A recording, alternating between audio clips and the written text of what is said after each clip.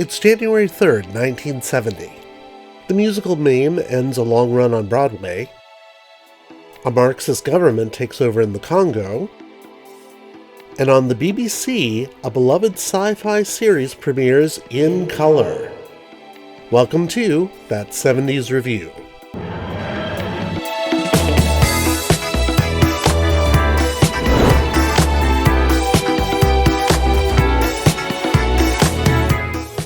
Hello fellow time travelers, and welcome to That 70s Review, where we look at the shows we loved as kids and you're coming to love as adults to see if they hold up. And this time we're looking at Doctor Who.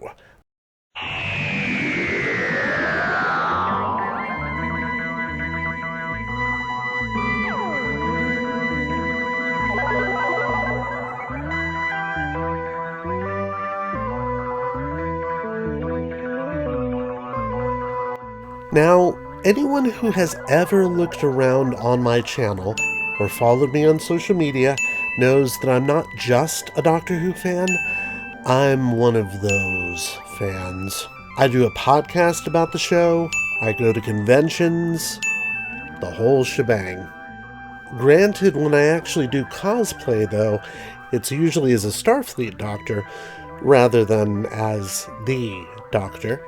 You may be a doctor, but I'm the doctor. The definite article, you might say. Because of all of that, this is a video I've been wanting to make for ages. And not just because of all the 60 years this show has been on the air, 9 of them actually took place in the 1970s. Yeah, 9, not 10. I had to look at that a couple times as I was typing it. Math is so weird. As I always say at the start of my podcast about the Doctor Who Target novelizations, because that's how much of a geek I actually am, I've been a Who fan since 1979, or thereabouts. As a result, despite my very American upbringing, this British show was more of an influence on my life than any other I've covered so far. However, I do refer to myself as a so-called expert in matters concerning this show. There are lots of people out there that know a lot more than I do, so I may make mistakes in the course of this video, and I'm sure you'll let me know in the comments if I make any, because bless your hearts, you always do. Because each season of the original series comprises anywhere from 4 to 6 stories, and because each of those is between 4 and 7 individual episodes long, it doesn't make a lot of sense for me to go about this the usual way I do, by looking at each season and picking 3 must-see and 3 must-avoid episodes. If we were to talk about episodes rather than stories, look, it's hard enough for me to keep a reasonable release schedule as it is. To that end, I'll be breaking this review up into the 2 eras of the 1970s associated with the 2 actors who played the role during that decade, Jon Pertwee and Tom Baker. And this time around, it's Jon Pertwee. In 1963, no. There are so many videos out there about how this show began, and nearly all of them are better than anything I could produce, that it doesn't make a lot of sense for me to start at the very beginning, in 1963, when this show was started. Instead, let's start at the beginning of the 1970s, which, for our purposes, is actually 1969. Nice. For this show in particular, 1969 is the very bright line separating the 1960s and the 1970s, because that line happens to be in glorious living color. By 1969, Doctor Who had already gone through a roller coaster of ubiquitous popularity, near cancellation, and changing its actor just 3 years previously. It was about to lose its lead actor again, as Patrick Troughton was ready to leave after 3 seasons. It was also going to lose producer Peter Bryant and script editor Derek Sherwin. But before handing over the keys to the car to the new producer, Peter Bryant made an inspired choice when recasting the Doctor. Jon Pertwee, was already extremely well known to the British public by 1969. He had been in the entertainment industry for decades, with a brief hiatus to go fight in World War II, of course, and he was known primarily as a comedic actor who did occasional dramatic roles. He was also considered one of the most versatile voices in the business, lending his distinctive tones to several radio shows, including the long-running radio comedy The Navy Lark. When Pertwee discovered that the show was being recast, he had his agent approach the production team for the part, only to find out he was already on the shortlist for it. But even though he was already on the shortlist, Pertwee ran into some difficulties initially finding his character once he was cast. The BBC head of drama at that time, Sean Sutton, suggested that Pertwee simply play the part as himself, and Pertwee didn't know how to do that. All of his parts up to that point had essentially been created characters, and he eventually credited this show with helping him figure out exactly who he was when he wasn't one of them. In addition, incoming producer Barry Letts and script editor Terrence Dix, and no, I make enough jokes about that man's name on my podcast that I'm simply not going to do it here, were both very into the idea of bringing Doctor Who into the new decade by having the show transition to color for the first time. Unfortunately, that also meant that the show was going to be somewhat more expensive to produce, and to that end, they made 3 additional changes. For one thing, they changed the absolutely grueling production schedule, which was one of the reasons why Patrick Troughton had left in the first place.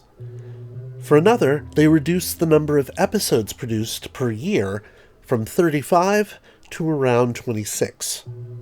And finally, they decided to base all of the stories on Earth rather than on alien planets, at least initially, which would cut down on production costs. To this end, the Doctor has been put on trial by his own people, the Time Lords, at the end of the 10-part epic, The War Games. At the end of that story, it's decided by the Time Lords that rather than do anything more harsh to the Doctor for interfering in several planets' histories, they will instead exile him to one planet, that being the planet Earth, and they will force him to change his face, which he does. Before leaving the show, producer Peter Bryant oversaw the first story of the 7th season, Spearhead from Space, written by previous Doctor Who writer and future Doctor Who script editor Robert Holmes. Not only would this episode introduce the new Doctor to audiences, it would also introduce the Nestine consciousness Girl, that's a booty hole. And its minions, not that kind of minion, the Autons, who had an affinity for anything plastic. So I guess the minions could possibly be minions of the Nestine consciousness? And if you remember Doctor Who stories the way that fans of Friends remember episodes of that show, this one is always going to be the one with the shop window dummies. The Autons would be such a success that they returned the very next year, and they were the first villains in the 2005 reboot with Christopher Eccleston. One snag in the production, though, was that several departments in the BBC decided to choose late 1969 to go on strike. As a result, the first Doctor Who story in color was also the first and only Doctor Who story from the classic series to be shot entirely on film. This was also the only Doctor Who story not taped in the BBC studios, but instead filmed all on location. That turned out to be a boon for the show, as its first episodes in the 1970s looked absolutely different from anything that had come before.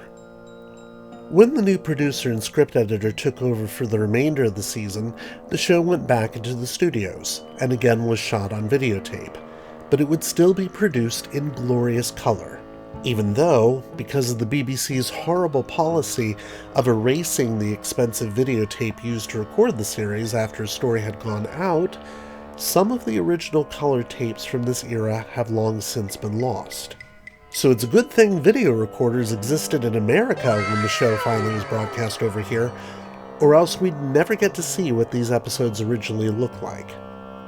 And yes, there are various video processing technologies that have been developed since then, such as being able to look at the telecine copies of those episodes, which essentially were made by simply pointing a film camera at a color monitor and filming them in black and white, and being able to pick out the color pixels from the black and white recordings. However it works, it is impressive, and it gives us a chance to see these episodes the way they originally went out. Jon Pertwee would remain with the show until 1974, starring in 5 seasons and becoming for some fans the definitive Doctor Who. For some of those fans, this is their absolute favorite era of the show, and once you've watched his performance, it's not hard to see why. Like any era of the show, however, the Pertwee era has a lot going for it, but it also has a lot working against it. I shouldn't have to say this, but everything you're about to hear is my opinion and my opinion alone. And as usual, there will be spoilers.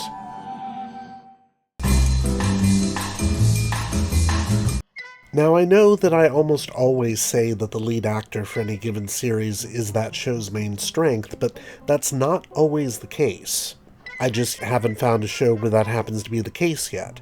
And if you know of any, please let me know in the comments below so I can take a look. When it comes to Doctor Who, however, it is definitely the case, especially here. Jon Pertwee hits the ground running. After literally hitting the ground, that is. Oh, very funny. Very funny. Sorry, I couldn't resist. Unlike William Hartnell's first Doctor, who was grandfatherly and irascible, and Patrick Troughton's second Doctor, who is almost a trickster figure and whose actions can rarely be predicted, the third Doctor is the most human and the most humane of the Doctors up to that point. He's also a much more physical Doctor, trained in the martial arts, or more specifically, Venusian karate. That's a thing, shut up. He's also much more of a scientist, and much more of a charmer, when he's not being brilliantly rude to people's faces. Answer who? The man's a fool. How can I possibly tell who the message is from until I know what it says? Let me explain this to you in very simple terms. This is really the first depiction of Doctor Who as an everyman. And in short, he's Pertwee playing Pertwee, and he plays himself brilliantly. New Doctors are always being compared, for better or for worse, with their immediate predecessors, but there's just no comparing Pertwee with his, even when you get to see them side by side, mostly, in the 10th anniversary story of the Three Doctors. In an interview, Tom Baker once said that Pertwee is He's rather like a tall light bulb, isn't he? Glitters. and it's a very apt description. In the 1960s, you could get away with having single episodes that didn't feature the Doctor, and they usually had to because that was the only way the actors could take vacations. But you just can't imagine an episode from this era without Pertwee. When he's on screen, your eyes immediately go to him. He's got presence, gravitas, and charm, with the occasional streak of silliness thrown in for good measure. And speaking of casting, this is one of the few times in the show's history since its first 2 seasons that it can be said to have an ensemble cast. Nicholas Courtney reprises his role as Brigadier Alistair Gordon Lethbridge Stewart, the UK head of the Doctor's new employers, the United Nations Intelligence Task Force, or simply UNIT. He'd made his first appearance 2 years previously in The Web of Fear, and then he'd returned in The Invasion. With Pertwee's second season, we also get the recently deceased Richard Franklin as Captain Mike Yates, and John Levine as Sergeant Benton, who had also appeared in The Invasion, as that was actually the first UNIT story. Some fans count these 3 as companions, while others don't. And even if we were to limit the definition of companion to people who have actually traveled with the Doctor in the TARDIS, 2 of the UNIT guys fit that definition, and one of the traditional companions doesn't. Caroline John plays Liz Shaw in Pertwee's first season, and she is considered a companion even though she's never stepped foot in the TARDIS on screen, unless you count being near its console for a few scenes. She's then replaced by the ever-bubbly Katie Manning as Jo Grant, with whom Pertwee has an instant chemistry, making them the dream team for this era for 3 of his 5 seasons. In his final season, Pertwee is accompanied by Elizabeth Sladen as reporter Sarah Jane Smith. And speaking of dream teams, we'll be talking a lot more about her next time. This era even gets a recurring villain, in the form of the Doctor's rival Time Lord, the Master, played by Roger Delgado. When some fans refer to this era of the show, they refer to the unit family, and that's the biggest strength of this ensemble. Pertwee is the star, of course, but each companion, and whatever the unit guys actually are, bring added value to the show. They're also the ones responsible for keeping the show entertaining when something else falters, but more about that later. And finally, this era of the classic series, arguably more than any other, is the most consistent in tone and quality over the entire 5 years. Apart from the frankly amazing first story, Letts and Dix oversee every one of Pertwee's stories, and they do so with absolute confidence. Both of them are particularly good at getting the best of some, if not all, of their directors and writers. Letts and Dix are my second favorite producer and script editor pairing, and I love them to bits. They're also more than willing to take on responsibility when something doesn't quite go to plan, as anyone who's ever listened to their commentaries on the DVDs can attest. And to be fair, there are times when things definitely do not go to plan.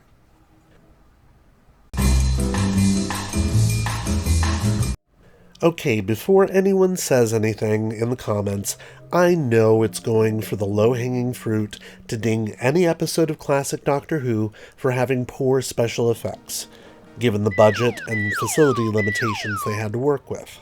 But rather than saying that the effects are bad across the board, because they really aren't, not always, and especially not for the time period, I will say that there are times, and Letts and Dix would agree with me on this, that the planned effects leave a lot to be desired. For instance, if you skip ahead to the must-avoid episodes, you're not going to find Invasion of the Dinosaurs there, even though the special effects in that one are dire, even for the time, facilities, and budget. The story itself, written by Terrance Dick's mentor and friend Malcolm Hulke, is otherwise very good, which can usually be said for any Malcolm Hulke script. But effects like this can make it difficult for fans of the new series used to a slightly higher standard, and even some die-hard fans, not to get popped out of their willing disbelief.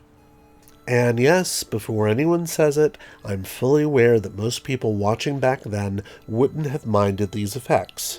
But remember, the remit of this channel is to find out whether something still holds up, and this just doesn't hold up. And trust me, I'll be saying the same thing about the Tom Baker era. Fetch it! Fetch it! Yeah, you've been warned. Also, as much as the Earthbound stories allow for a sense of family for the cast and reduce the costs for the production team, they soon become a huge limitation for the series. Before the 7th season began, Malcolm Hulke famously told Terrance Dicks that he'd end up with only 2 types of story: mad scientists and alien invasion. And Hulke being Hulke, he then proceeded to write scripts that brilliantly pushed those categories to their limits, because, as I've said on my podcast when comparing Hulke to other writers, Hulke is the strongest there is. And you wonder why I'm still single. Not all of the writers are quite so gifted as Hulke, though, and thus the Doctor's exile to Earth is soon lifted, allowing us to have alien worlds again, showing that limitation to Earthbound stories was never going to stick. Mind you, when we get those alien worlds again, we don't always get them so successfully. But then again, Doctor Who's reach has always exceeded its grasp. I would also normally say that the music is one of the strengths of Doctor Who, but there are some shockingly rough scores on otherwise good stories during this era.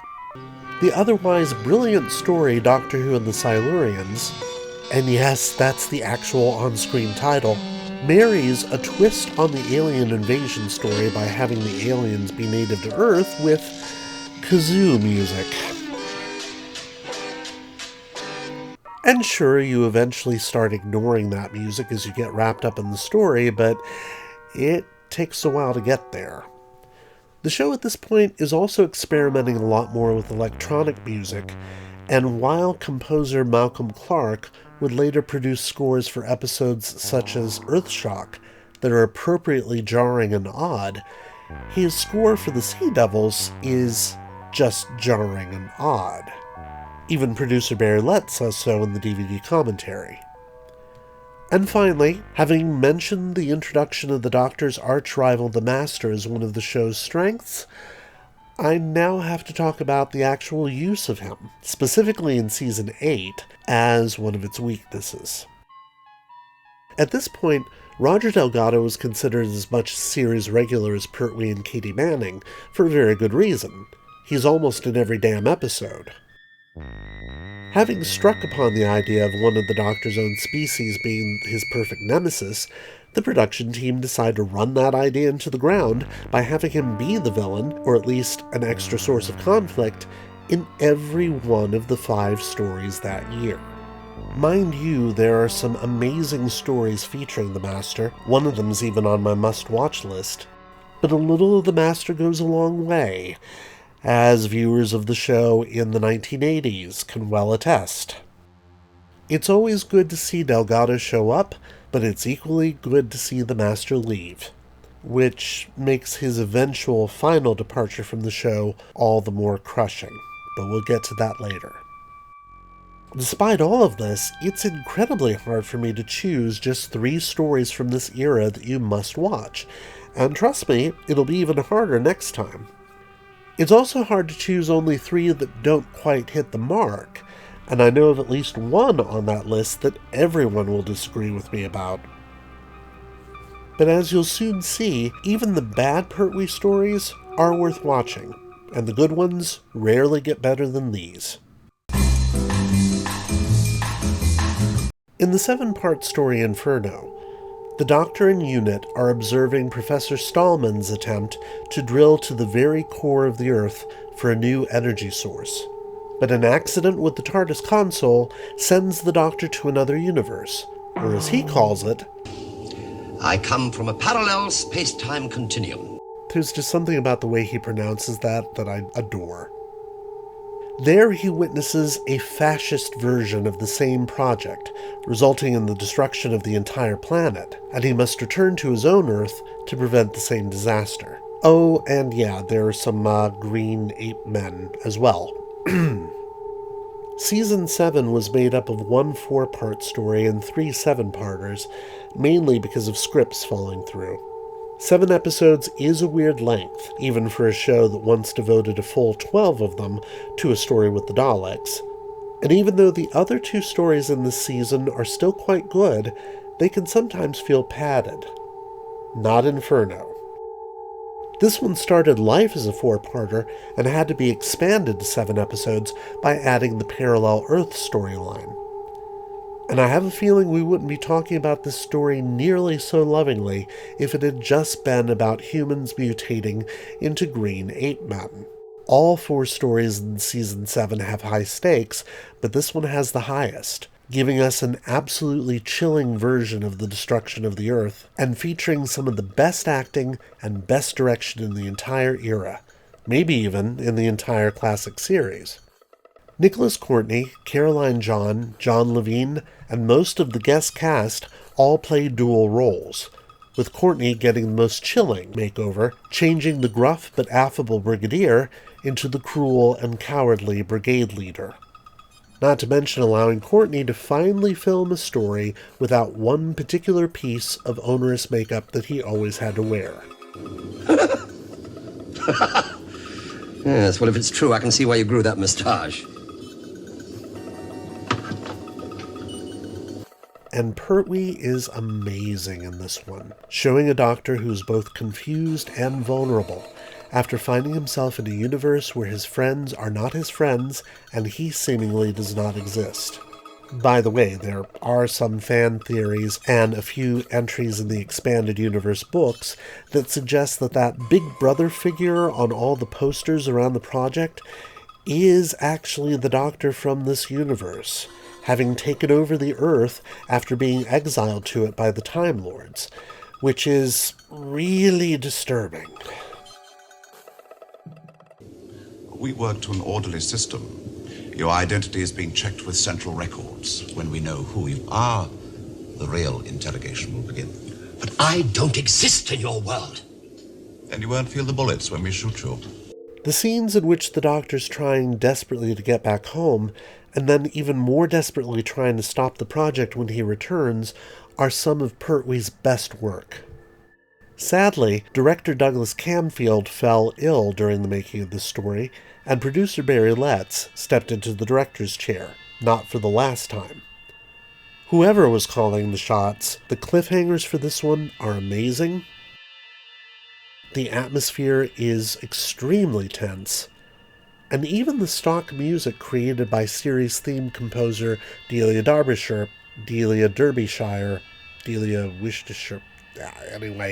her. That music is chillingly effective.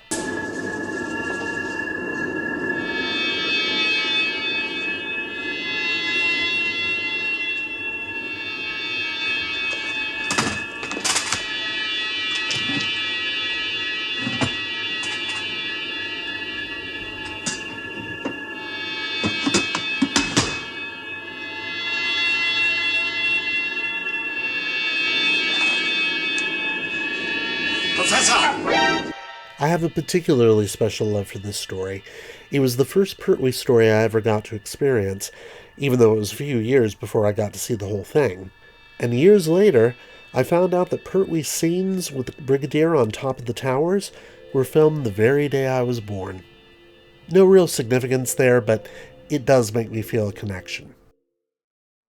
In The Claws of Axos, a group of beautiful humans, well, beautiful by 1970s standards anyway, come to Earth to offer humanity a substance called axonite, which will provide an end to the world's food shortages, especially if you're into frog legs. Unfortunately, the axons are not what they appear, and the Doctor must keep humanity's greed from causing it to be utterly destroyed. I have to admit, I used to hate this story, but the things I used to hate about it are the very reasons I love it now. Nothing else in the Pertwee era looks remotely like this. And in fact, it's probably true that nothing else in the two versions of the entire series does either. It's one of the first times we've seen an alien race whose main ship was organic rather than mechanical, for one thing, though it won't be the last. And for another, the Axons have an utterly original look, and that's only talking about their humanoid forms. Their true forms are the absolute stuff of nightmares.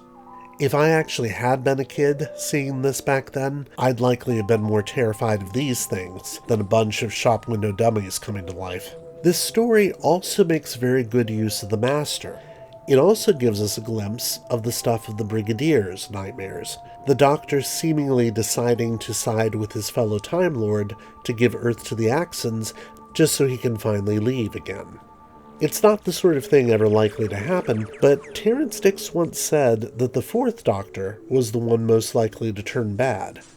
Here, it's easier to believe that the third Doctor would do so, just to finally get off the planet, and Pertwee's performance absolutely sells it. Oh, and did I mention already how 70s every part of the story looks? No? Maybe? In Carnival of Monsters, the Doctor takes advantage of his newly regained freedom to travel the universe to take Jo on a trip. Problem is, He's managed to materialize inside a miniscope, an outlawed device that keeps miniaturized creatures and people inside an electronic zoo for the amusement of the viewers outside. Now he and Joe must manage to escape the scope, before they're eaten by roving drashigs or destroyed by the scope itself.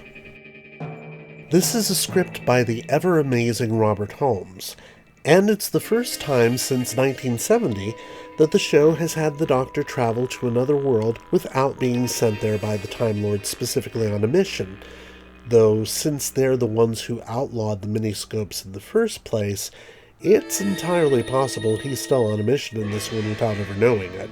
Whatever the reasons, it's still a fun romp, with Leslie Dwyer's Vorg and Cheryl Hall's Shrina. Ooh, that really looked a lot easier to say when I typed it into the script. Providing genuine comic relief in a story that does have its terrifying moments.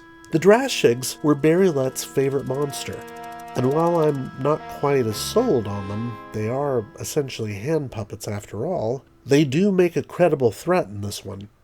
We also get future companion actor Ian Marter as one of the imprisoned humans, and future Davros actor Michael Wisher as one of the gray and humorless aliens on the planet where Vorg and Shrina are detained. Modern viewers just might be a little chagrined at the effects work, but it's one of those instances that it really adds to the charm of the show, even the hand puppets. Here I could give special mention to a load of stories, including Malcolm Hulke's Silurian and Sea Devil duology, the only real flaws of which are the music scores in each of them, and even the Sea Devils one grows on you after a few episodes. Then there are the two Auton stories written by Robert Holmes. Frontier in Space, another Malcolm Hulke script which I'm personally a big fan of. Colony in Space, Malcolm Hulke again. The Green Death, Malcolm Hulke again. Good lord, is there anything that Malcolm Hulke can't do? All of these are worth watching, even if there may be one or two elements that keep them from being the creme de la creme. Kitty, kitty, kitty, come on. Come and get your lovely din-dins. Come on, Sergeant Benton. Every once in a while, though, the same elements that made some of these stories the creme de la creme end up curdling. There aren't quite as many contenders for the must-avoid stories list, but they do exist. Your commitment to the scheme will sell more appliances now and in the future. That means more profit. Remember, this isn't just a one-off. It's forever. Doctor, before you go, one question. Yes? Where in the galaxy is Sanusi? Show us your tits and I'll tell you. More appliance of science.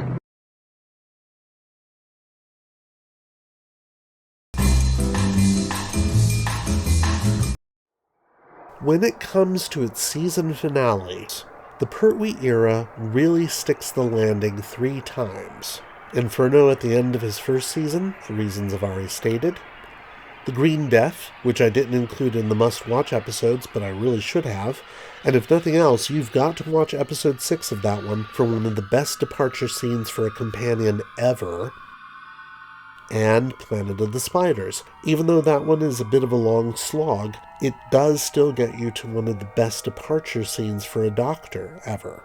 The Demons is a favorite of many fans, and it was indeed a favorite of many people who worked on it, though I have to admit, it's just not for me. The Demons is not on this list, though. The Time Monster is. This is one of those stories where the presence of the Master is less welcome than usual, and it has one of the most wooden actors to ever appear in a Doctor Who story in it. Lord, may I speak plainly? It would grieve me to think you would ever speak otherwise. Speak as a friend should speak. You are popular, Darius. The people love you. Will their love fill their bellies in the winter when the granaries are empty? Kinda pretty to look at if you're into that type, but painful to watch. It also features the second appearance of Atlantis in the show's history, though at least this one actually looks like Atlantis, while the other one, doesn't.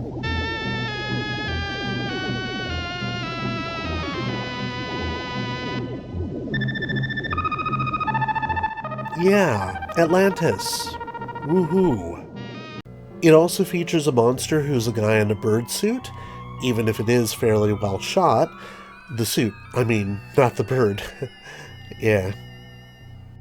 And it features a machine called Tom Tit. That the very name of your project is arrogant nonsense. Tom Tit. Yeah, the writer was really taking the mickey with that one. Spread out over 6 consecutive weeks, The Time Monster might just have been watchable in 1972, or just as easily, it could have been one weekly disappointment after another, as things that are bizarre even by Doctor Who standards happen one after another. I also still can't figure out exactly what the Master's trying to do in this story, except perhaps try to get into Ingrid Pitt's pants, but then every heterosexual British band in 1972 wanted to do that, including one of her future co-stars. And at least here, Pitt isn't doing things like this.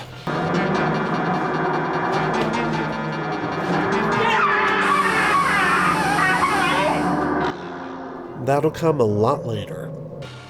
When it comes down to it, The Time Monster isn't bad so much as it is dull.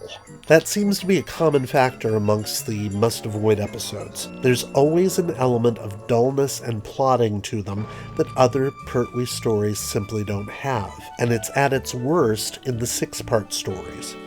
We should have gotten at least one scene with Jon Pertwee and Ingrid Pitt together, given their great chemistry the year before in The House That Dripped Blood. We should have gotten a less annoying high priest. We should have gotten a more interesting young romantic lead. And we should have gotten a master that isn't reduced to literally begging the Doctor for his life. And we should not have gotten a story that ends with a Scooby-Doo laugh scene, though we do, however, get a naked Sergeant Benton, so good for us? Alright, I'm about to disclaimer the hell out of this one. I'm a huge fan of the Daleks, as the very address of this channel suggests. But they don't have their finest hours during the Pertwee era at all. The Daleks were reintroduced to Doctor Who in Season 9's Day of the Daleks, after a 4-year absence. Although that story is good, the Daleks aren't quite right. It's hard for one thing to get them right when you only have 3 of them, and it's even harder to get them right when they sound like this. The peace conference must be destroyed. War must break out. The Dalek conquest of the planet Earth must not be reversed. Whoever is operating the time machine is an enemy of the Daleks. The DVD special edition version even went so far as to redub them with new series Dalek voice actor Nicholas Briggs. Whoever is operating the time machine is an enemy of the Daleks. And that tells you something. Planet of the Daleks the following year ends up being a retelling of the first Dalek story from 1963 in its broad strokes, right up to the companion being proposed to by one of the Thals. Again, it's a 6-parter, and again, it's at times a dull one, but at least it gets the Daleks right. And my god, that's a gorgeous Dalek. The title of their 3rd appearance in the Pertwee era, Death to the Daleks, pretty much describes what this story almost does to them. It not only gets the Daleks wrong, it makes them silly, or at least it makes them sound silly.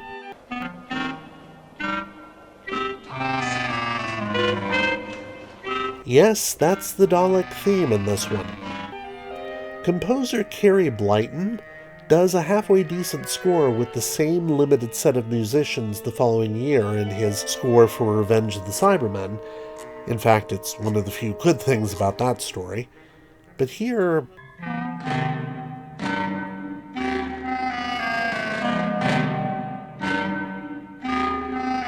yeah, that doesn't exactly strike fear in your heart, does it? Add to this some frankly bizarre shenanigans with the Exelon City, including the absolute worst cliffhanger in the entire era. Stop, don't move. Doctor, how did you know that that floor was dangerous? And how were the viewers supposed to know that? Add all of that, and you got a story that isn't a lot of fun, despite being Sarah Jane's first encounter with the Daleks. Transport is forbidden. I'm sorry! Daleks do not accept apologies. Maybe she was remembering the second time she saw them, because really, I can't imagine these guys would cause that much fear, even when they do replace their non-functioning energy weapons with guns. And yes, apparently, the Daleks carry around TARDIS-shaped targets to practice on. Let that one sink in, won't you? Thank you. Yeah, fuck this story. I have failed, self-destruct, I have failed, destruct, I have failed, destruct,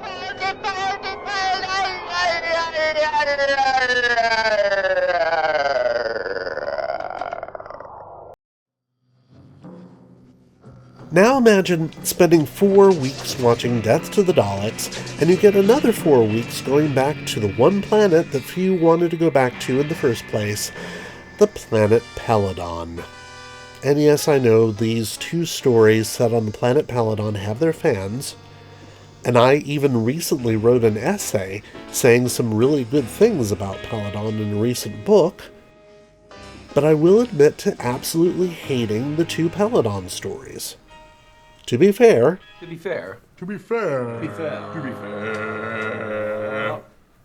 Yeah, I had to go back there, sorry. These stories did give us good guy Ice Warriors, and they also gave us Alpha Centauri, who is, well, just hilarious to look at, isn't he?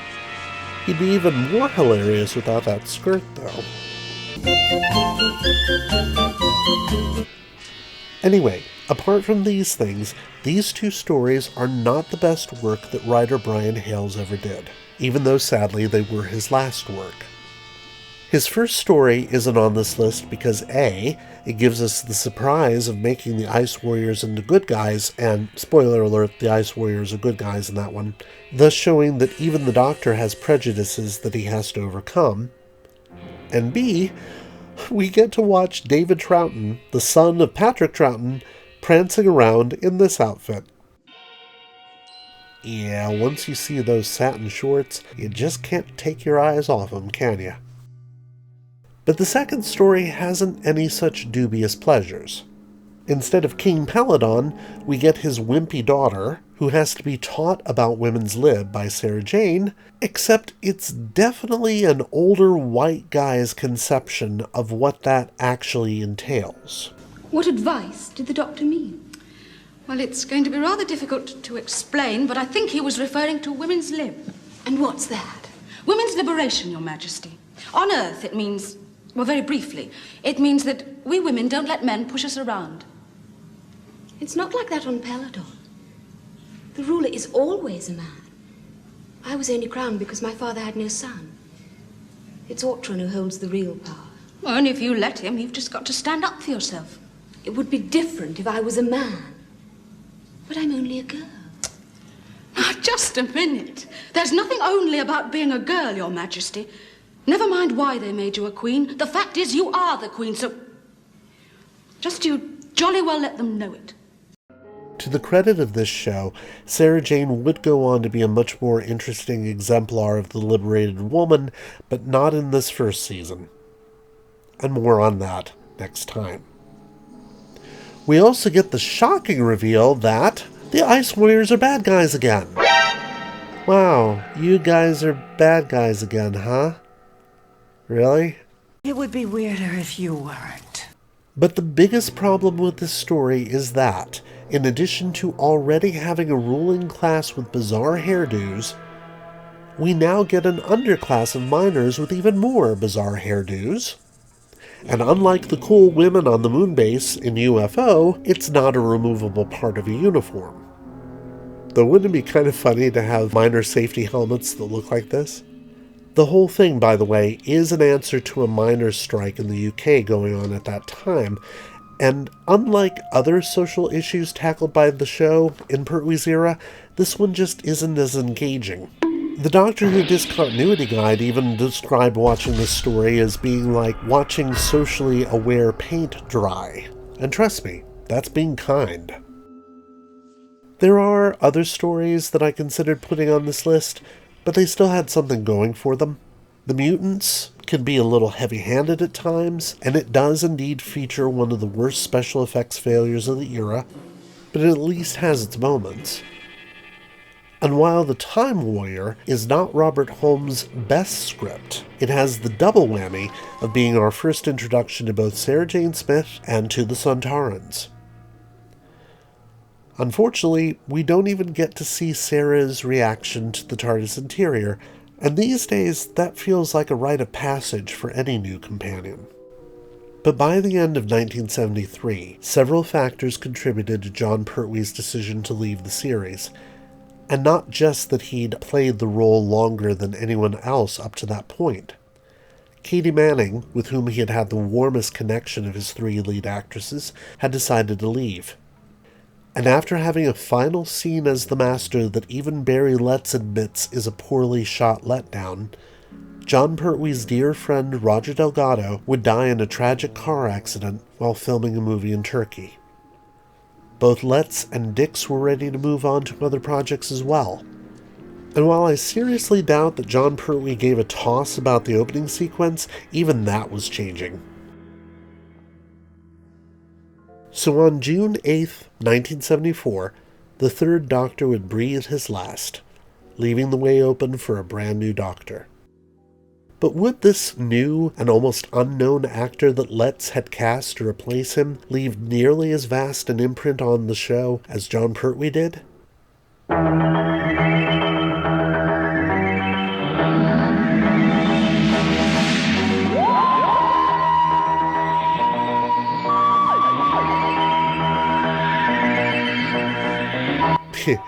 Yeah, just you wait and see.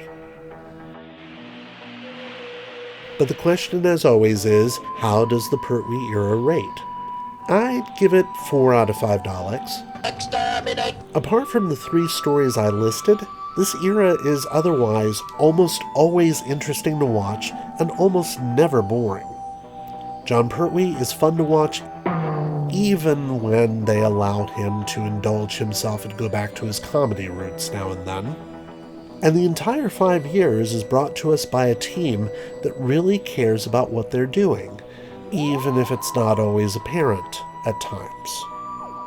In short, Doctor Who doesn't get any better than this, until it absolutely does. And that's it for this edition of That 70s Review. In the meantime, if you want to see more of this sort of thing, give this video a thumbs up, hit that subscribe button, do that thing with the bell that you do so well, and tell me in the comments what shows from the 1970s that you would like me to cover. Till next time, stay safe and stay groovy.